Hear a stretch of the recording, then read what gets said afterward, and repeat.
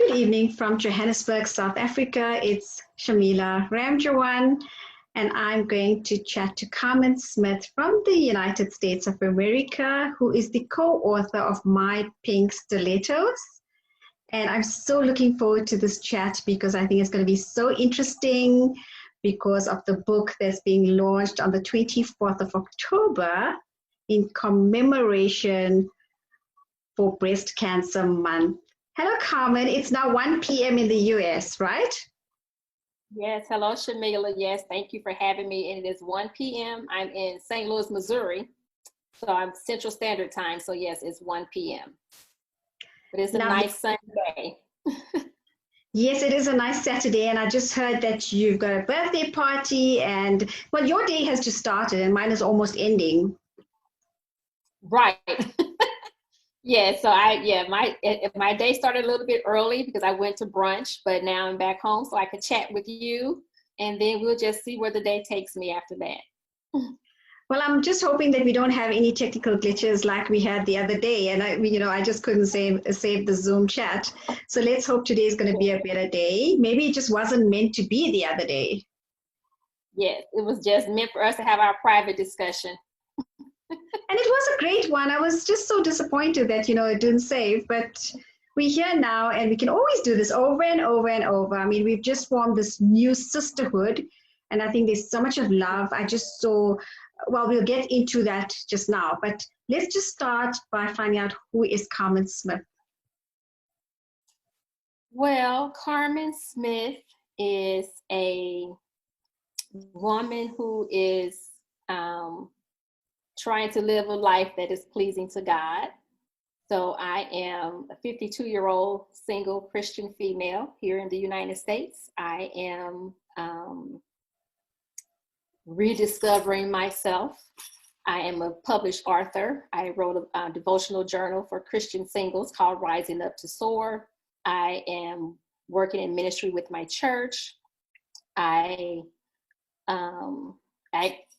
Obviously, I'm involved with the My Pink Stiletto project. So, we're part of this new sisterhood of women across the globe that are, going to be releasing inspirational stories to help women, hopefully with everything that they can maybe think of in their lives to know that there is hope out there. And so I think this is going to be an awesome project that has brought us together.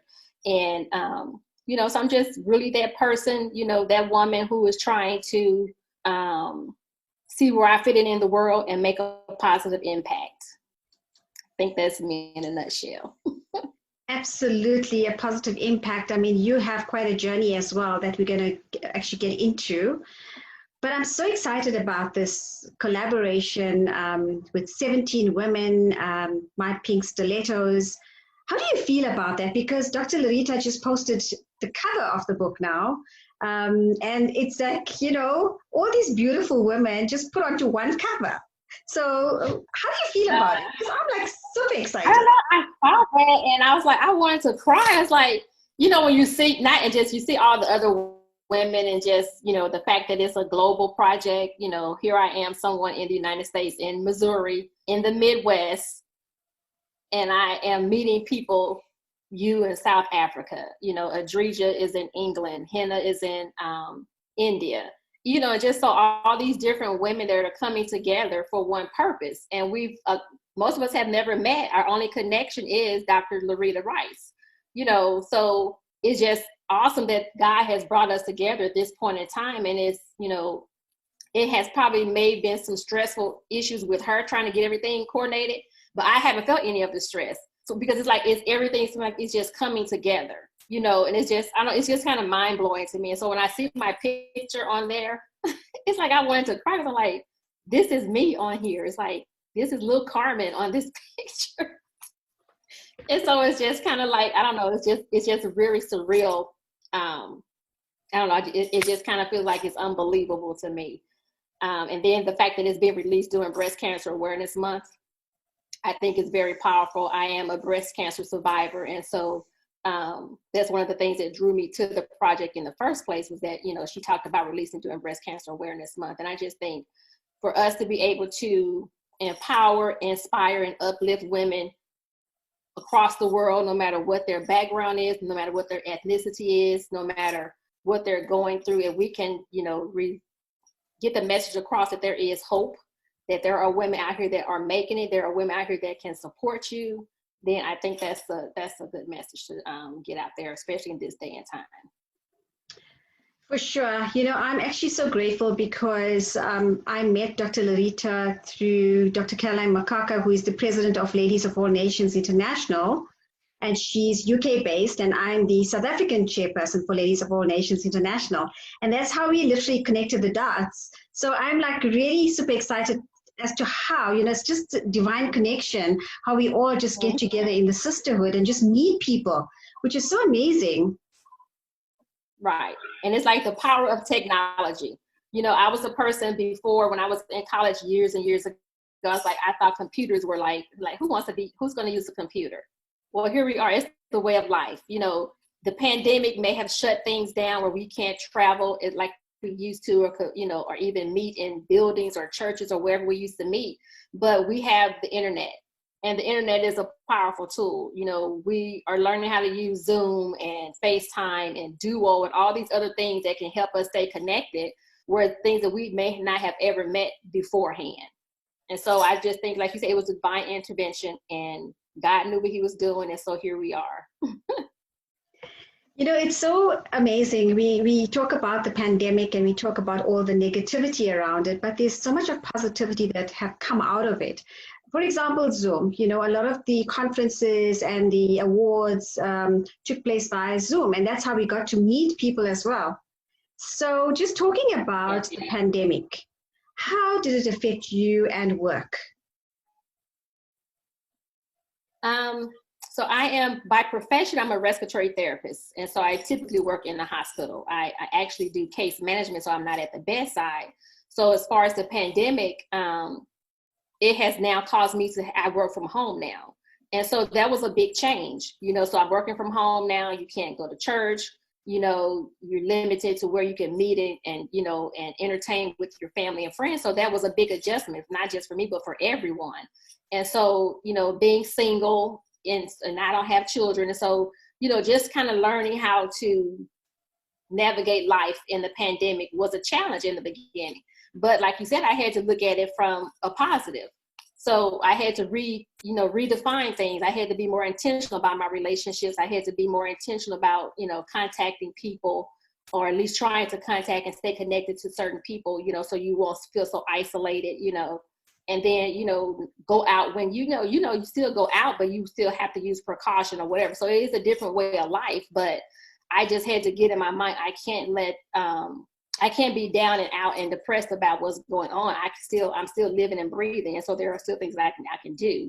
So I need to find those things that I can do, and then I do them, And here we are making new bonds and relationships over Zoom.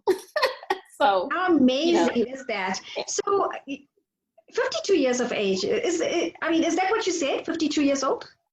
Yes, ma'am. So yes, I'm 52. I will have a birthday later this month.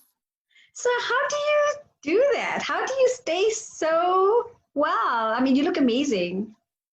Thank you, and so do you. Thank you. I don't know.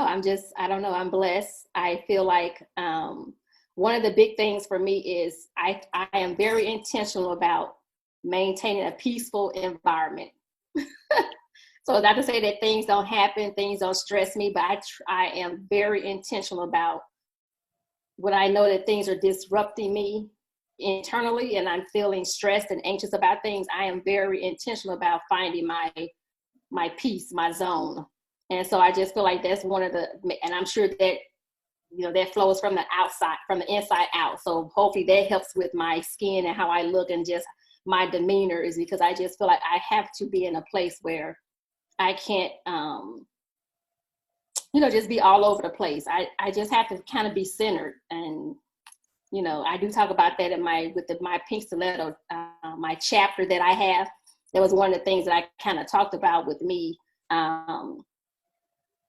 finding my, walking my Christian life out and just kind of having my relationship with God, that the amount of peace that it brings to me, that's just like so important to me.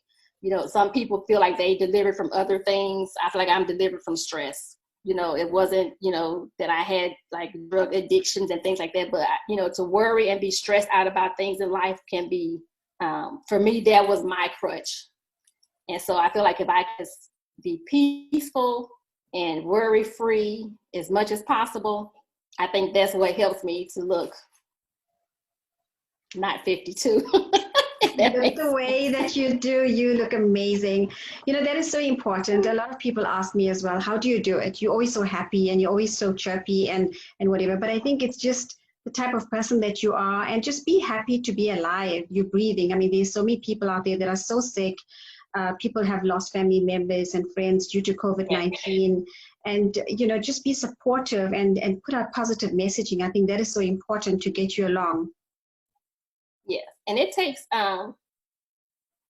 you have to be intentional about getting there. You know, we were having this discussion with my church ladies group, and one of the chapters was about being great, having a heart of gratitude. And so, you know, we can always say things can always be worse, and they really can, but it's how you look at it. And it can't just be that you say those words, you actually have to internalize that. You really actually have to be intentional about being grateful and finding something good in life. And that's what you hold on to versus looking at all the negative things, because it's always going to be something negative.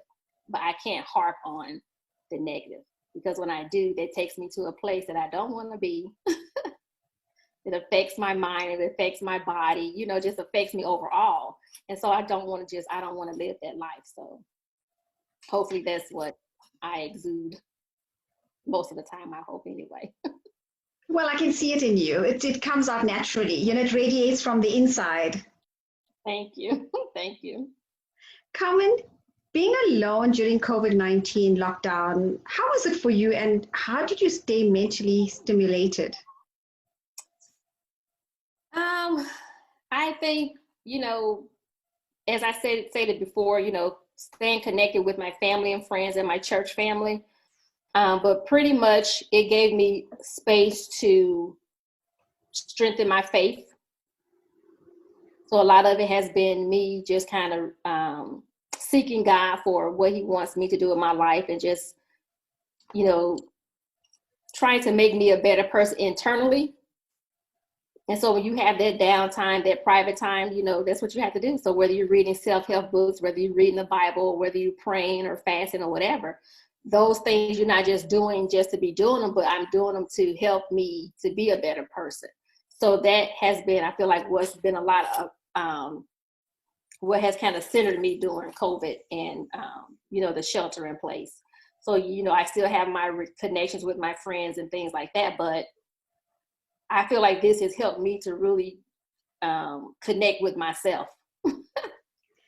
You know, Well, I feel like you have to be happy with yourself. You have to get to a point where you know yourself, and then that way your relationships will be better.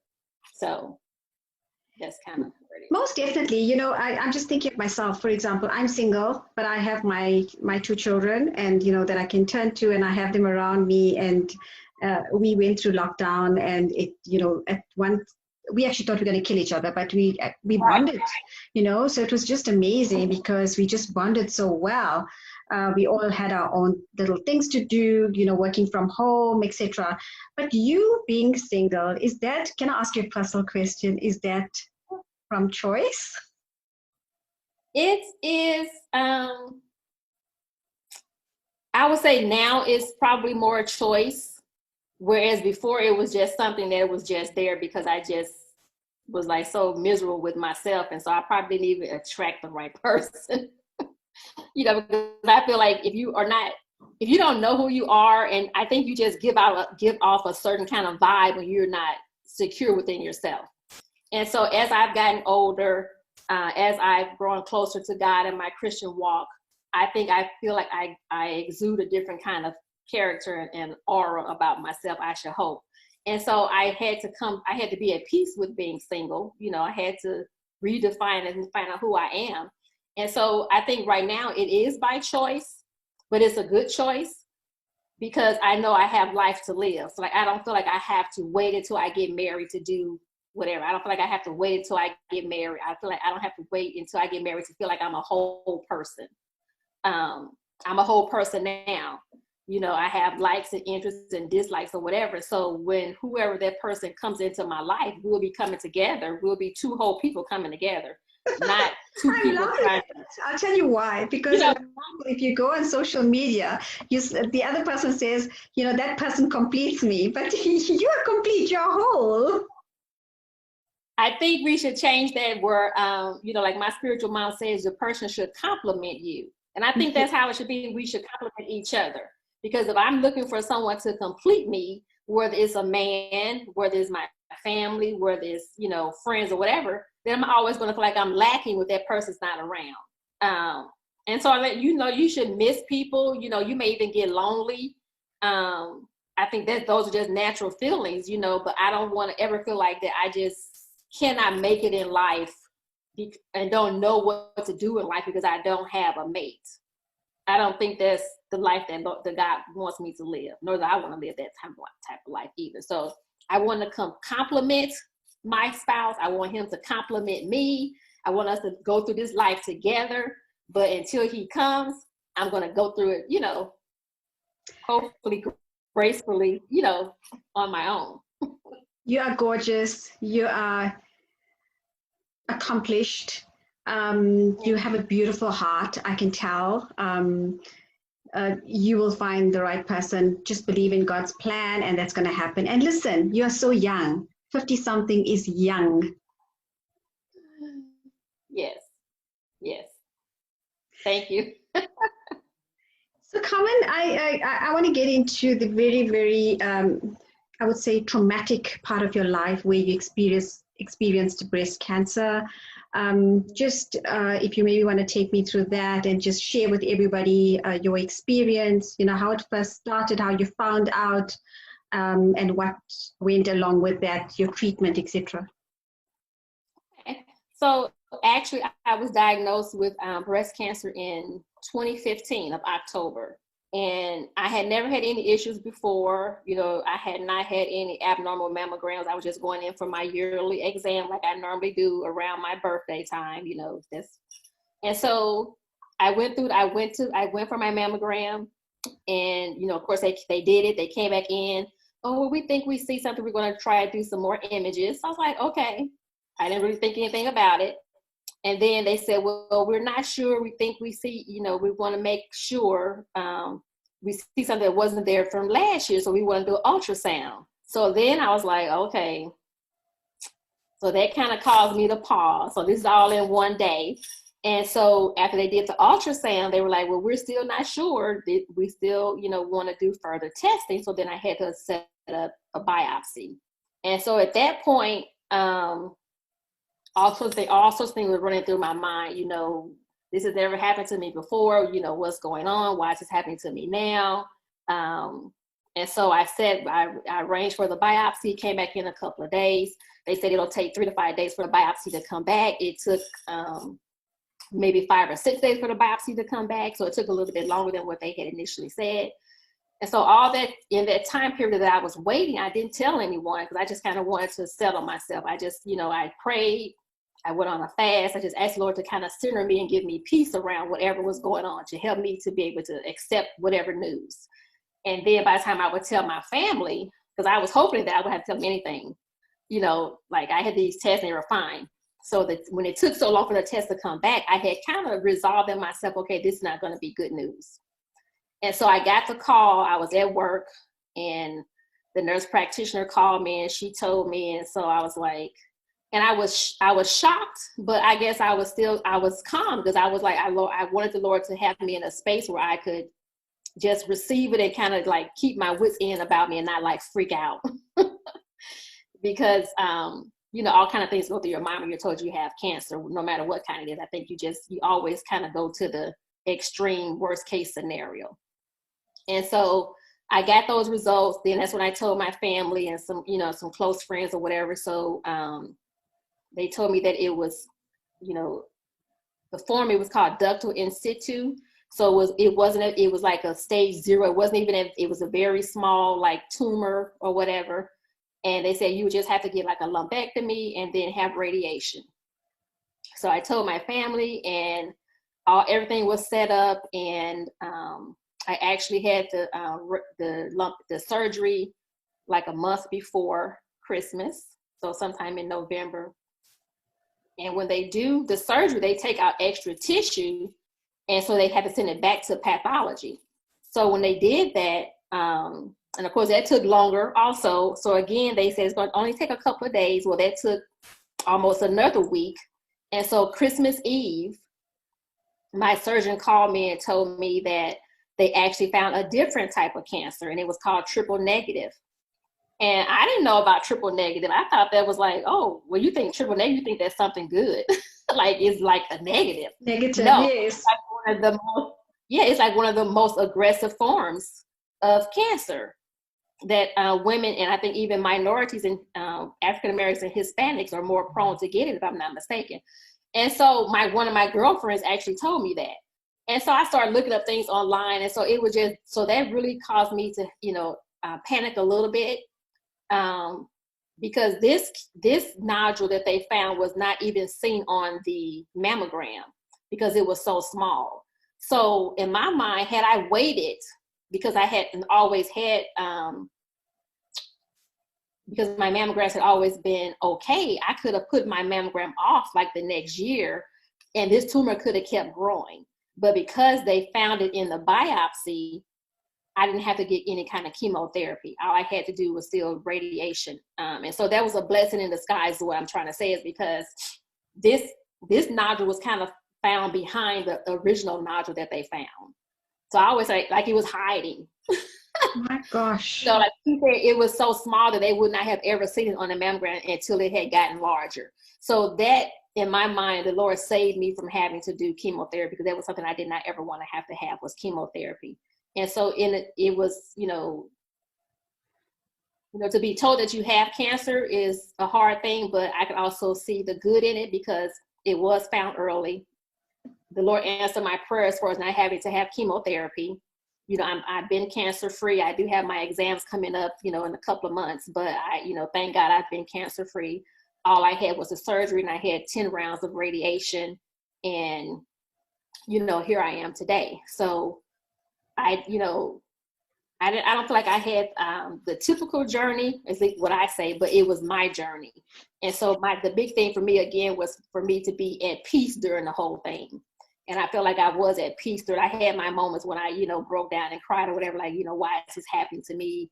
That's just normal to have. But I think overall, I was able to walk through it with a level of peace, knowing that God had me, he had everything under control. And I had to keep reminding myself that nodule could have been much larger, and it could have been a completely different scenario. So that was where I always focused, not that I had cancer, but that it could have been worse. And because of my faith in God, he just carried me through that. So. Wonderful. And are you nervous about your upcoming examination? I get a little bit nervous, to be honest, yes. Yeah, because I think it's normal and natural to feel that way. Yeah. And I had to have, because I can't get like the regular mammograms anymore. I had to get like the diagnostic mammograms. I also have to get, sometimes I have to get MRIs. And so sometimes, yes, in the back of my mind, it's like, oh, what if it came back or whatever. But I just have to keep remembering that the Lord brought me through it that time. And if it comes back, he'll bring me through it that time. But my prayer is always that it doesn't, so I have to have faith in that whatever is going on with my body or whatever, that, God will take me through whatever it is. So I don't let myself get down about it. I don't let myself harp on it. I don't, feel dreadful or about it or anything like that. So, but yeah, it's always that little twinge of, but yeah. Yes, but I think it just made you stronger now. Just take me back through before having the examination and getting the news from the doctor, etc. Did you feel anything, or was it, or you just normal? And then suddenly you get this news, you had the test, and you get this news that you had cancer. And then how did you feel after the treatment as well? Any difference there as well? So, like I said, I never had any issues with my breasts. I'm not a size A cup, so I'm kind of a busty little girl. But they always thought, Can well, we see? Can we see? yeah, I don't know with my you can't see with my shirt. So, but they always, like you may say, they may always feel like you have some like fatty tissue, whatever, things like that, but nothing that would ever cause any kind of concern. And so, like I said, this was just a typical my yearly exam. And I never felt anything. And they asked me what I feel. Did I feel anything? I said no. They said, well, you probably wouldn't because it was so small. Even the one that they saw that was more superficial was still really small. So I would not have felt it. And I must be honest. And since we are talking about breast cancer awareness, that women should do their monthly exams, I am not good about that, but we just have to be more intentional about doing those type of things, because I do know people that have felt their own lumps and then went and got it, tested or whatever. Now they said I probably would not have ever felt mine, and that's different, but we should just get in the habit of doing it because we never know. Mine was just, it worked out how it did. And so I didn't feel I had the surgery. It was an outpatient procedure. I was off work for a couple of days. It was over the weekend. I went back to work the next Monday. And then when I had radiation, I had 10 rounds of radiation. I was able to do 2 treatments a day. So I only had radiation for 5 days. But I went in the morning before I went to work, then I would go to work, and I would have the afternoon treatment. And so I really didn't have any issues with the radiation, other than you have the scarring. But because it's under my breast, I didn't have like the radiation burn where it was, of course it caused a discoloration of my breast, but it wasn't like a chemical burn or anything like that where I had like a sore or anything like that. So I didn't feel anything like that. I think for me, the biggest thing through the whole process was probably just more of a mental tiredness, because I was having to go to all these appointments, and I felt like it was just a major inconvenience. I don't know how that may sound bad to some people. I felt more inconvenience because I felt like it was disrupting my life. Yes, and I suppose, when one goes through that, you always say, why me? That's always the case. We always say that. Why did it have to happen to me? But now let's move on to My Pink Stilettos. That is our project that is really, really so interesting and exciting, because we're so looking forward to the launch that's coming up. And, we're having our Zoom. I actually missed you on the Zoom chat this evening because you weren't there. Yes, that's what I was saying. I had a brunch date. Yes, that's right. That's right. You had that birthday party. Yes, of course. So yes, we're excited about it. So do you want to maybe tell me how you got involved in the project, and being one of the co-authors of this amazing book? Yes, so I met Dr. Loretta Rice a couple of years ago, I think, at a conference. And she spoke some words into my life, some encouraging words. And so I kind of started following her on social media. She used to do a midnight prayer call on social media. And so I followed her on that. And so we've met one other time, I think. But I remember her several years ago, she was talking about this pink stiletto project that she was going to release. And then she had to stop it for other reasons. So when she brought it back, I heard her do a Facebook Live with Dr. Clark.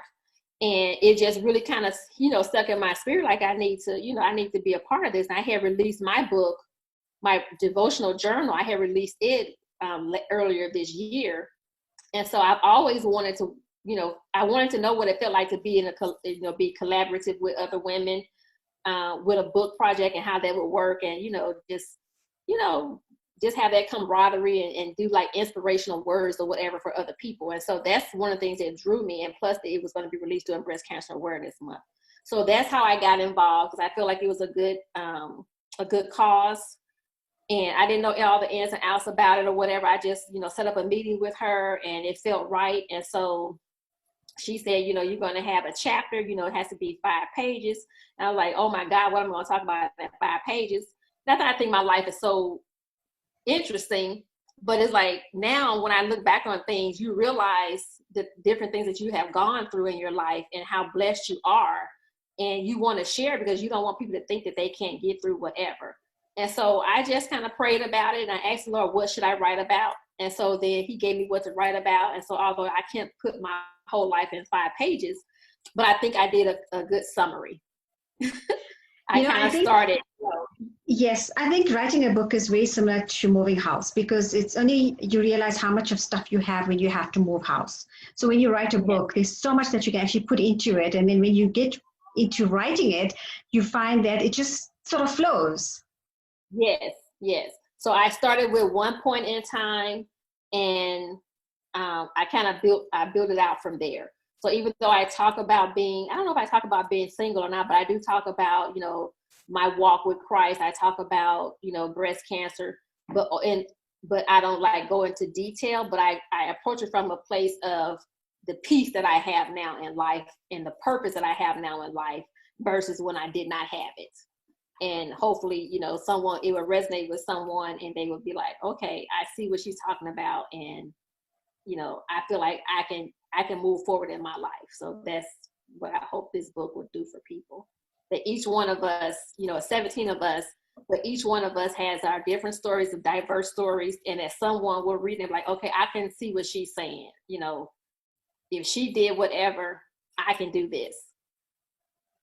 And so yes, and I think it's going to help so many people going forward, because there's so many different stories and everyone had their own experiences, and it's going to impact so many lives. Yes. I think it is global on so many levels. For sure. I'm not going to say too much about what I wrote in there, but I think, I'm not going to whet any appetites as well. I want people to go out there and buy the book, because I think, just supporting the Cancer Association that Dr. Larita has linked onto now, where a portion of the proceeds from the book sales go to that initiative, which is so great that we all can actually contribute to that. Yeah, so even just the regular Cancer Society, which will benefit breast cancer, but then also the initiative where we're hooking up with Men Wear Pink too, because men also can get breast cancer. And so I think this is just a good project all around, just to bring awareness to all different types of issues around, cancer and cancer research. And even though all of our stories are not actually about cancer, but it still can be inspirational and empowering to someone in whatever their situation is. So I think I think it's a global book on many aspects. The women are global, the messages are global. And so the people it's going to reach is global. And so I think that's our divine project there. It's going to be so exciting. I can't wait. And the most important thing is that every October, we're going to remember this. We're going to remember our collaboration for Breast Cancer Month. Yes. No matter where we are in the world, we'll always remember, buy pink stilettos, our bond during this time. Yes. I think every October going forward, we're going to hold up our books and we're going to take photos and put on social media and say, we did this, we collaborated, and we put this together. 17 diverse women from across the globe. Yes, that's excellent. Yes, I think that's something we should definitely plan to do, and have some kind of meet and greet or something. Maybe one day we'll be able to all meet, go to a beach or something. Who knows? I don't know. And also, here's an opportunity for people that are watching now or going to watch this to link onto the Facebook page called My Pink Stilettos Global. And just follow the page and, get all the interesting information about the authors, the ambassadors, the book itself, the cover. And I'm sure going forward, once the book is released, Dr. Larita will share some of the pages. Yes. Yeah, that would be nice for her to share some different excerpts from the book. Yeah, kind of highlight the authors, and I think she's going to do that. A lot more we'll be doing with this. Yes. So where to from here, Carmen? You've done so much. You're doing so much. Are you back at work now? Well, I'm still working from home. So I work from home Monday through Friday, and I probably will not be going back into the actual building until next year. But I work full time from home, and so that's a change, but it's a good change. And so I don't know what like my next book project is going to be. I'm really just trying out, like, all this is new for me, Shamila. I feel like I'm still a new author. I just released my first book, but that was last year. And now I'm working with the My Pink Stilettos. And so it's like, you know, I do ask, like, Lord, what's next? I don't know what's next yet, but it's like all these things that run around in my head, you know, and all these connections and things like that. And so it's just really, it's unfolding before my eyes, I should say. The main thing I have right now going on is that I am in ministers training with my church. And so just trying to stay on top of that and studying, and, you know, so that's one of the big pieces right there. And so then how other things tie in along with that, it is still being revealed. Well, we will watch out for that. Just going forward, what is your message to everyone? How can one get hold of you as well? So I have a website. It is called No Sugar-Coated Word Ministry. And the web address is carmenasmith3.com. So that has my information on there. My email account is carmenasmith20@gmail.com. So you can reach me there. My book is online, or they can go to Amazon if they wanted to purchase my devotional journal. So that's how you could get in touch with me, either through my website or email. And I would say, as far as, you know, final words, this project to me, I just, is like I said before, it's mind blowing. It's an honor to be part of this project. It's even an honor to be here on Red Corner Chat with you, because I just think this is amazing. You know, just how doors are opening, just the connections that we have. And so I would just tell people, don't be closed-minded about things, you know, explore life, see what's out there for you. Even in the pandemic, there's life, you know, and whatever issues that you're facing, that there's always someone that is willing to be of help, to, you know, be encouraging, to be uplifting, and to surround yourself with those people that are willing to help, not those people that are constantly trying to bring you down or remind you of negative, but you want to surround yourself people that are forward-thinking people. And that's how you find yourself. That's how you learn about yourself. That's how you grow. That's how you are exposed to different things. And so I just want, you know, my life to be an inspiration. I want to be able to share what I've learned or what I'm learning, so that other people, you know, can feel some hope or inspiration or whatever, and not just think everything is just all gloom and doom, even though we're surrounded by such craziness in the world.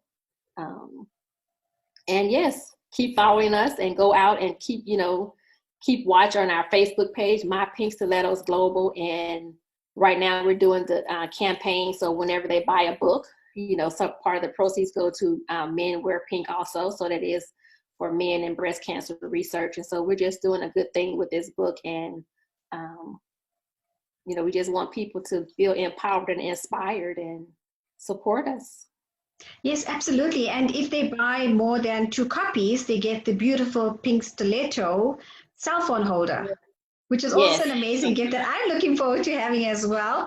Carmen, thank you so much for joining me on the Red Corner Chat and sharing your journey of breast cancer. And I wish you everything of the best for your examination that's coming up soon. Take care, and we will definitely be in touch. Thank you, Shamila, and thank you for having me. It's been a pleasure. Thank you. Take care. Bye. Bye-bye.